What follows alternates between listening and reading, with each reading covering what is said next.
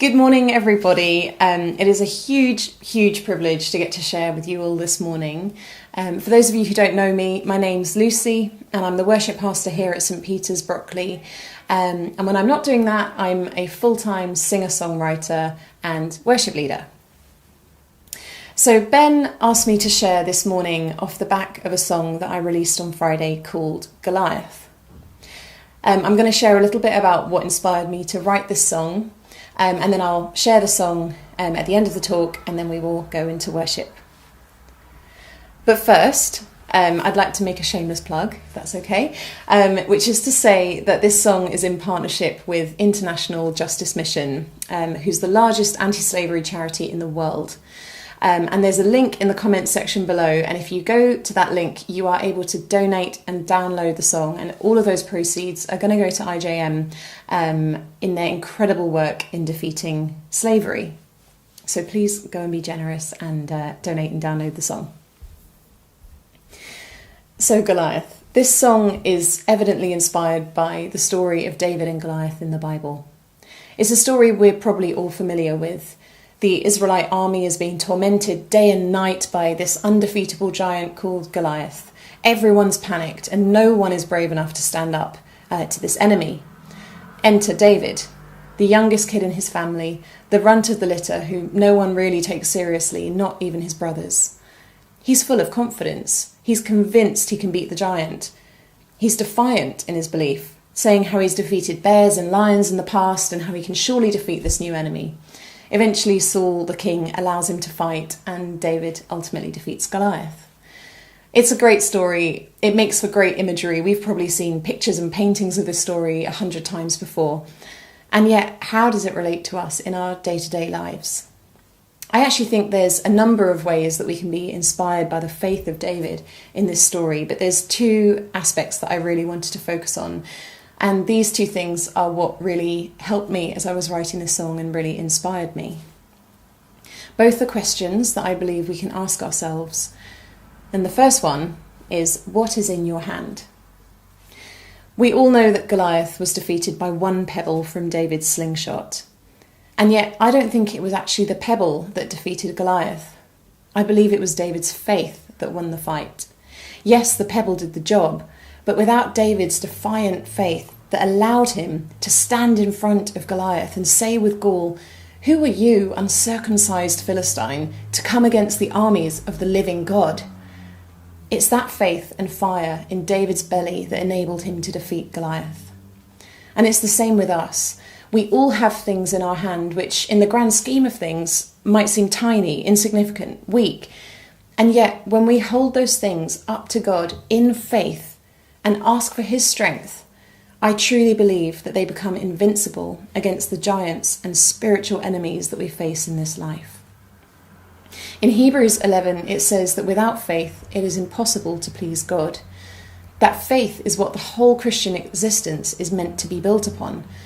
Not works or rituals or performance, but barefaced faith in Jesus. Total trust in his nature. Total dependence on who he says he is. Galatians 3:11 puts it this way, "Now it is evident that no one is justified by the law, for the righteous shall live by faith." In other words, the very foundation of our walk with God is a walk of faith, not one of performance or trying to be a good Christian. There is no such thing as self-righteousness. There is only righteousness found through faith in Jesus. And that means that we, like David, are all qualified to see God move in our life. We are all invited to hold up the small things that we have in our hand to Jesus and ask for his help and believe that he truly can do beyond anything we can imagine. The second question I wanted to reflect on in the story is this: what is in your eye line? David would have been tiny in comparison to Goliath. Goliath was already a giant, and then David was a young boy, probably only in his teens.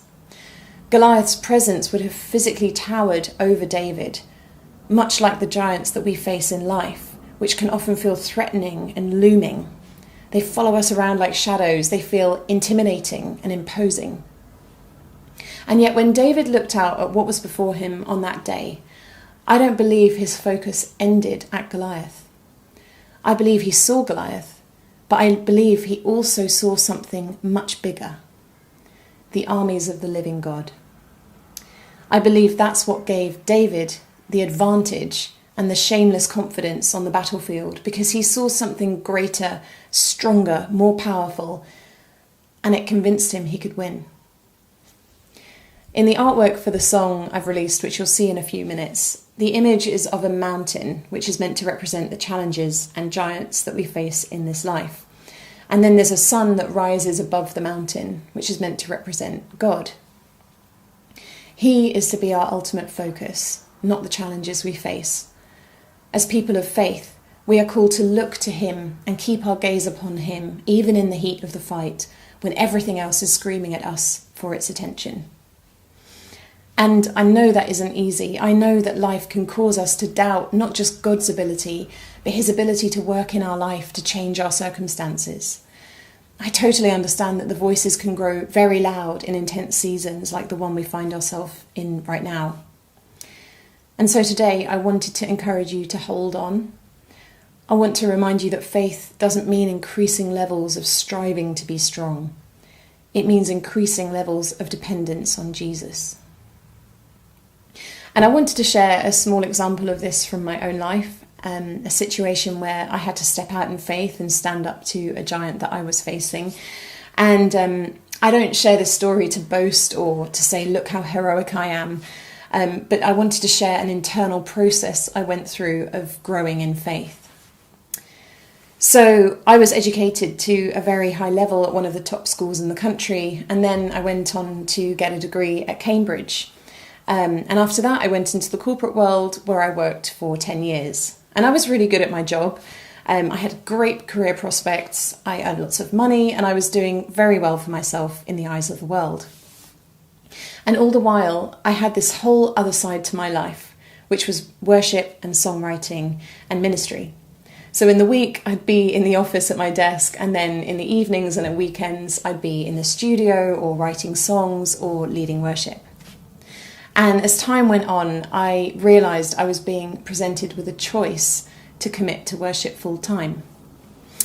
The only problem, I was scared, and I was full of doubt about pretty much every aspect of it.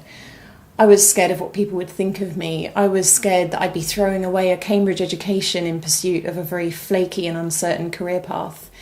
I was scared of having no money. I was scared of losing all of the status I'd built up over 10 years. I was scared of what my parents would say. I was ultimately scared that I was making a huge mistake. It felt like there was a giant constantly intimidating me and telling me I couldn't do it. And at the same time, I knew deep down that this was what I was meant to do. Every time I'd lead worship or be in the studio or at my piano writing songs, I had this unshakable feeling that maybe this was the call of God on my life. And a year and a half ago, I quit my job. I went into ministry full time, and overnight, my salary went down to a fraction of what it was, and I went from having a boss and a team to being my own boss. So what changed? What made me make this decision? Well, it definitely wasn't that I suddenly could see the path really clearly and I knew with all certainty that this was all going to work out well. No. What changed is that I reached a point where I said to myself, I either believe that God means it when he says in Isaiah 43 that in the fire and the flood, he is going to be with me. That he means it when he says in Joshua 1:5, no man shall be able to stand before you all the days of your life. As I was with Moses, so I will be with you. I will not fail you or forsake you. And that he means it when he says in Psalm 37, never have I seen the righteous forsaken or their children begging for bread. That even if this was going to turn out to be a massive mistake, he was still going to be with me, and he was more than able to redeem any mistake I would ever make. Because he is so kind, and he is so for us, and he is so, so loving. What changed is that I realised I needed to actually walk by faith, not just talk about walking by faith.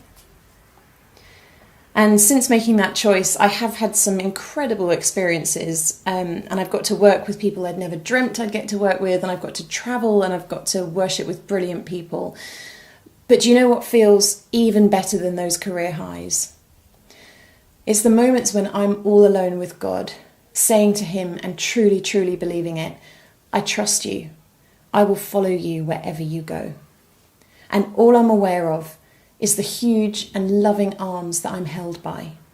And all I know is it's the safest place in the world I could ever be. In a minute, I'll play you the song, and I just really invite you to sit with it and to reflect. The giants in our lives are all going to look different, but I truly believe they are overcome by our faith that God really is who he says he is. So I pray that the Holy Spirit gives you an even greater measure of faith and trust this morning, and stirs in your heart fresh courage and confidence to face up to the giants you might be standing against. I believe that God is calling us to walk by faith. I believe he's calling us to keep our eyes on him and to offer up what little we might have in our hands in faith, believing that he can do greater things than we could ever imagine.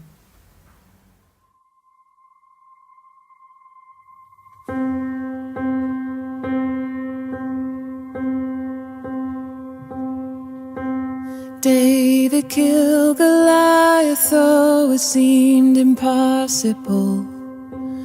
Who'd have thought a single stone could make a giant fall? 'Cause he was just a kid and by comparison was small, but held within the hands of God, he was invincible. So this I will remember when the battle comes to me, to fix my eyes on things above and not on what I see.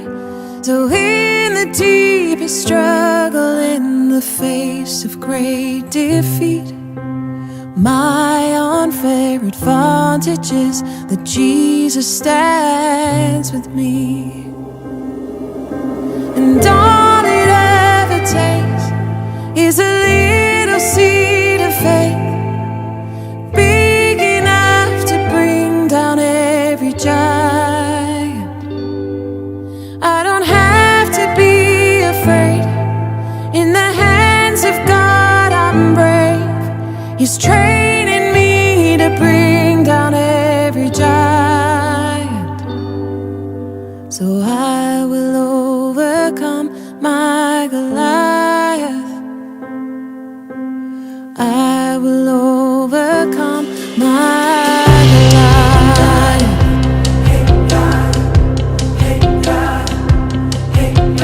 Courage comes from knowing that I'm walking with the Lord.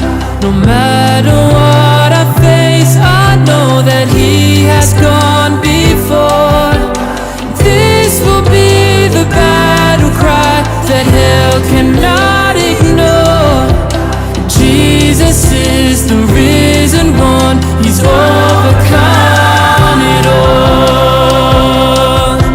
And all it ever takes is a little seed of faith, big enough to bring down every giant.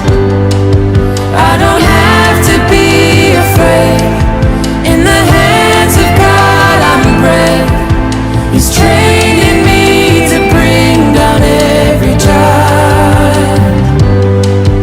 So I will overcome my Goliath. I will overcome my Goliath.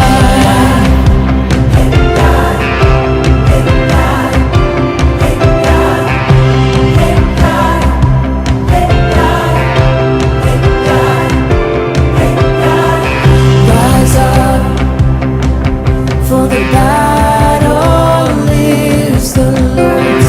Rise up, for the battle is the Lord's. Rise up,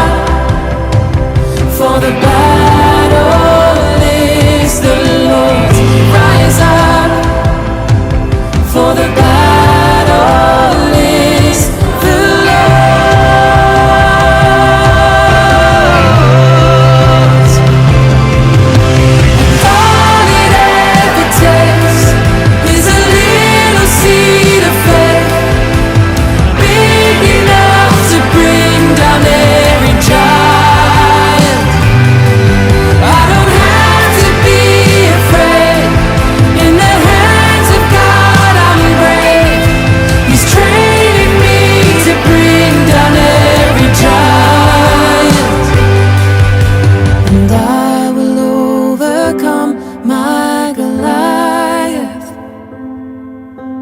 I will overcome my Goliath. I will overcome my Goliath. I will overcome my Goliath.